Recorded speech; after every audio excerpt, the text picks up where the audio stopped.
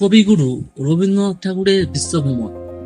চলুন বন্ধুরা, আজকে কবিগুরু রবীন্দ্রনাথ ঠাকুরের বিশ্বভ্রমণ নিয়ে আলোচনা করব। আমি আছি Raju. Welcome to the my channel the world. চলুন বন্ধুরা, আজকের ভিডিও শুরু করা যাক। 1913 নোবেল পুরস্কার প্রাপ্তির পর সারা বিশ্ব ভারতীয় কবি রবীন্দ্রনাথের ব্যাপারে বিশেষভাবে আগ্রহী হয়ে ওঠে। ফলে বিভিন্ন দেশ থেকে আসতে থাকে আমন্ত্রণের পর আমন্ত্রণ। অধিকাংশ আমন্ত্রণে সাড়া দিয়েছেন রবীন্দ্রনাথ। জাহাজ যোগে বহু দেশে গেছেন, পরিচিত হয়েছেন বিভিন্ন দেশের বিদ্বজন ও রাজরাজাদের সাথে। বহু স্থানে, বহু বিদ্যাতনে, বহু সভায় স্বকণ্ঠে কবিতা পাঠ করে শুনিয়েছেন, বক্তৃতাও দিয়েছেন। তার জীবন উপলব্ধি ও দর্শন এবং তার কাব্যের মর্মবাণী এইভাবে কবি সরাসরি বিশ্ব মানুষের কাছে পৌঁছে দিয়েছেন। প্রবাসের জীবনে তার হাতে পূরবীর মতো গুরুত্বপূর্ণ কাব্য রচিত হয়েছে। তার সঙ্গে সাক্ষাতের ফলে বহুজন তার কবিতা অনুবাদে উদ্যোগী হয়েছেন।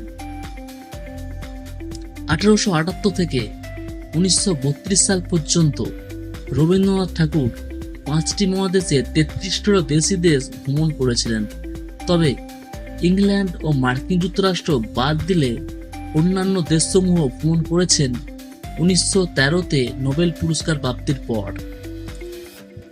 সেই দেশগুলি হল ফ্রান্স, হংকং, চীন, Belgium, Switzerland, Germany, Denmark, Sweden, Austria, Czechoslovakia, Argentina, Italy, Norway, Hungary, Yugoslavia, Bulgaria, Romania, Greece, মিশর, Singapore, Indonesia, Thailand, Japan, Burma, Holland, Soviet Russia, Iran, Iraq ও শ্রীলঙ্কা। 1934-এ শ্রীলঙ্কা ভ্রমণ শেষ। কবি শান্তিনিকেতনে ফেরেন 28 জুন।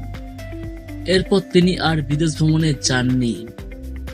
এই ভ্রমণগুলির মধ্যে অনেকগুলি রবীন্দ্রনাথের জীবনে অত্যন্ত গুরুত্বপূর্ণ স্থান অধিকার করে আছে। এর মাধ্যমে তিনি ভারতের বাইরে নিজের রচনাকে সুপরিচিত করে তোলেন এবং প্রচার করেন তার রাজনৈতিক মতাদর্শ। একই সঙ্গে বহু আন্তর্জাতিক সাহিত্যিক ও রাজনৈতিক ব্যক্তিত্বের সঙ্গে তার সাক্ষাৎ হয়। তার বিদেশ ভ্রমণ শুরু হয় 1878 সালে প্যারিস হয়ে লন্ডন গমনের মাধ্যমে। বিদেশ বিভূঁইয়ের অবস্থানকালে খুব খড়কাতর হয়ে পড়েছিলেন বলে দীর্ঘকাল আর বিলেতে যাওয়ার কথা ভাবেননি। তার তৃতীয় লন্ডন ভ্রমণ 1890-এ। 1912 সালে 27 মে রবীন্দ্রনাথ যুক্তরাষ্ট্র ও যুক্তরাজ্য ভ্রমণে বের হন। সঙ্গে ছিল নিজের একগুচ্ছ রচনার ইংরেজি অনুবাদ। লন্ডনে মিশনারি তথা গান্ধীবাদী Charles F Andrews, Anglo Irish কবি William Butler Yeats, Ezra Pound, Robert Bridges, Ernest Rhys, Thomas Sturge Moore প্রমুখ বিশিষ্ট ব্যক্তিবর্গ তার গুণমূর্ধে পরিণত হন। ইয়েটস গীতাঞ্জলি কাব্যগ্রন্থের ইংরেজি অনুবাদের মুখবন্ধটি লিখে দেন। অ্যান্ড্রুজ শান্তিনিকেতনে এসে বিশ্ববিদ্যালয়ে কাজে যোগ দেন। যুক্তরাজ্যে ট্যাডোশোয়ারের বাটারটনে অ্যান্ড্রুজের ধর্মযাজক বন্ধুদের সঙ্গে কিছুদিন অতিবাহিত করেন কবি। যুক্তরাষ্ট্র সফরে তিনি লন্ডন ত্যাগ করেন 16 জুন। যুক্তরাষ্ট্রে পৌঁছান 19 অক্টোবর। তিনি দেশে ফিরে আসেন পরের বছর অর্থাৎ 1913 সালের 6 অক্টোবর। 1916 সালের 3রা মে থেকে 1917 সালের এপ্রিল মাস পর্যন্ত রবীন্দ্রনাথ জাপান ও যুক্তরাষ্ট্রে বক্তৃতা দিয়ে বেড়ান। এইসব বক্তৃতায় কবিতার জাতীয়তাবাদ বিরোধী মতামত ব্যক্ত করেছিলেন। এছাড়াও তিনি রচনা করেন ন্যাশনালিজম ইন ইন্ডিয়া নামে একটি প্রবন্ধ। এটি যুগপৎ নিন্দিত ও নন্দিত হয়। রোমাল্লা প্রমুখ বিশ্বভাষান্তিবিদরা এই প্রসঙ্গে ভূয়সী প্রশংসা করেন। ভারতের প্রত্যাবর্তনের অব্যাহত পরেই 63 বছর বয়সী রবীন্দ্রনাথ পেরু সরকারের কাছ থেকে পেরু ভ্রমণের একটি আমন্ত্রণ পান। পেরু থেকে তিনি যান মেক্সিকোতে। উভয় দেশের সরকারই এই ভ্রমণকে স্মরণীয় করে রাখতে শান্তিনিকেতনের বিশ্বভারতী বিদ্যালয়ে $1,00,000 অর্থ দান করেন। 1924 সালের 6 নভেম্বর আর্জেন্টিনার রাজধানী বুয়েনস এয়ার্সে উপস্থিত হয়ে অসুস্থ হয়ে পড়েন রবীন্দ্রনাথ। এই সময় ভিক্টোরিয়া ওকাম্পোর অতিথিয়তার ভিলা মিরারোরিতে চলে আসেন কবি। 1925 সালের জানুয়ারি মাসে তিনি যাত্রা করেন ভারতের উদ্দেশ্যে। 1926 সালের 30 মে ইতালির নেপলসে উপস্থিত হন তিনি। পরদিন রোমে সাক্ষাৎ করেন ফ্যাসিবাদী একনায়ক বেনিতো মুসোলিনির সঙ্গে। প্রথম দিকে উভয়ের মধ্যে উষ্ণ সম্পর্ক থাকলেও 1926 সালের 20 জুলাই প্রথম মুসোলিনির বিরুদ্ধে বক্তব্য রাখেন রবীন্দ্রনাথ।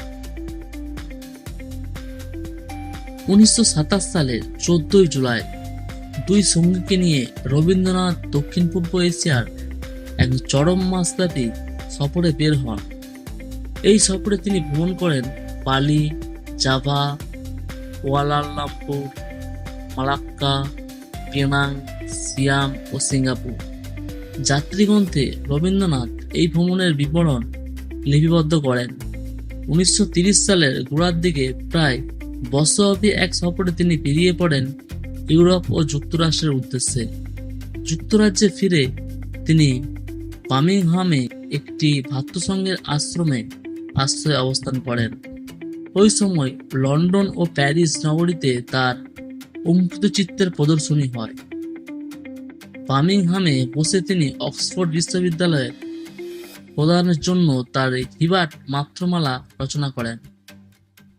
এই বক্তৃতাগুলি উপজীব্য ছিল আমাদের ঈশ্বরের মানবতাবোধ সম্পর্কে ধারণা ও চিরন্তন মানবের দৈব সত্তা।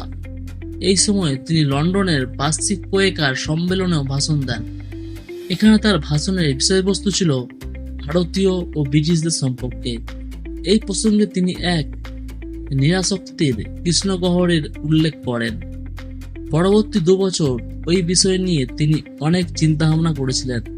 পরে তিনি ডাটিংটন হলে 1930 সালে জুন থেকে সেপ্টেম্বরের মাঝামাঝি সময় পর্যন্ত তিনি ডেনমার্ক, সুইজারল্যান্ড, জার্মানি পর্যটন করেন। এরপর যান সোভিয়েত ইউনিয়নে। অতীন্দ্রবাদী পারসিক কবি হাফিজের কিংবদন্তি রচনায় গুণমুগ্ধ ছিলেন রবীন্দ্রনাথ। 1932 সালের এপ্রিলে জীবনের শেষ পর্বে তিনি তাই যান ইরানে, গ্রহণ করেন রেজা শাহ পাহলভির আতিথেয়তা। এই ভ্রমণের সময়ে তিনি সফর করেন ইরাক ও সিংহল। জীবনের শেষার্ধব্যাপী এই বিশ্বভ্রমণে Rabindranath Henri Bergson, Albert Einstein, Robert Frost, Thomas Mann, George Bernard, H.G. Wells ও রোমালোয়া, হেলেন কেলার প্রমুখ সাময়িক যুগে মুখে বিশিষ্ট ব্যক্তিবর্গের সঙ্গে ব্যক্তিগতভাবে পরিচিত সুযোগ পেয়েছিলেন। পরিচিত হয়েছেন অসংখ্য রাজন্যবর্গের সঙ্গে। এর ফলে জগৎব্যাপী মানব সমাজের নানা বিভাজন ও জাতীয়তাবাদের প্রকৃত স্বরূপটি অনুসন্ধান করতে সমর্থন হন কবি।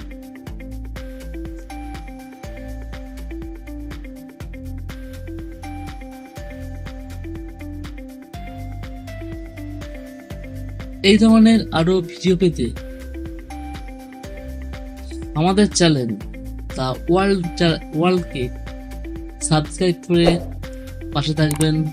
ভিডিওটি ভালো লাগলে লাইক করবেন, বন্ধুদেরকে শেয়ার করবেন, কমেন্টে আপনার গুরুত্বপূর্ণ মতামত জানাবেন। আসি, আবার দেখা হবে অন্য কোনো নতুন ভিডিও নিয়ে। ততক্ষণ পর্যন্ত তোমরা সবাই ভালো থেকো, সুস্থ থেকো। Tata, bye bye.